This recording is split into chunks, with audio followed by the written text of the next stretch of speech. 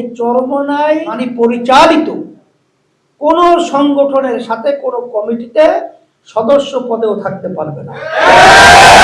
পরিষ্কারভাবে ঘোষণা করছি, একেবারে তৃণমূল পর্যায় পর্যন্ত, জেলা থেকে শুরু করে কেন্দ্র থেকে শুরু করে যারা এই জাতীয় নির্বাচনের সময় এই তিন অবস্থার এক অবস্থায় ছিল, নির্বাচনের সময় চুপ করেছে, আমাদের হাত পাকা প্রতীকের প্রার্থীর পক্ষে কাজ করে দেয়, অথবা তলে তলে অন্য প্রার্থীর পক্ষে সহযোগিতা বা আন্তরিকতা বা পক্ষে ছিল, অথবা প্রকাশ্যে করছে, এই তিন শ্রেণীর কেউই কোনো তৃণমূল একেবারে ওয়ার্ড পর্যায়ে কোন কমিটির সদস্য থাকতে পারবে না। এখানে যদি কোনো একজন কোন কমিটির তৃণমূল পর্যায়ে হোক, যদি কোনো দায়িত্বে নেওয়া হয়, যদি কোনো জেলা কমিটি নিয়ে থাকে, যেই দায়িত্বশীলরা নেবে তারাও কিন্তু এই দোষে দোষী।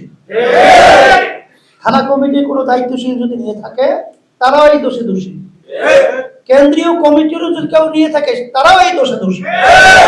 অনেকে বলতে পারে, হুজুর তাইলে আমাদের কমিটি তো পুরো হবে না, কথা বুঝেন না? আমি সেখানে পরিষ্কার বলছি, আমাদের কমিটি পুরা যদি 5 জন পান, সেই 5 জন দিয়ে কমিটি বানাবেন। যদি কোনো ওয়ার্ড কোনো থানায় একজনও না পান, তাহলে ওয়ার্ড থানা সম্পূর্ণ খালি থাকবে। তারপর ভেজাল যুক্ত কোন লোক দিয়ে কোনো কমিটি বানানো যাবে না। কারণ আমি সারা দেশে সফর করার পরে দেখেছি যত গন্ডগোল তৈরি হয়েছে এই দুতুল্য মোনা এবং এই ভেজাল যুক্ত লোকদের কারণে। এই জন্য অত বেশি লোক আমাদের কোনো প্রয়োজন নাই। আর আব্বাজান রহমাতুল্লাহি আলাইহি থেকে শুরু করে আপনারা দেখেছেন, আব্বাজান বলতেন যারা এই নিয়ম অনুযায়ী চলতে পারবে চরমোনায় আইসে, চলতে পারবে না চরমোনায় এসিয়া এই ভিড়াভিড়ি করে লাভ নাই। মনে আছে তো?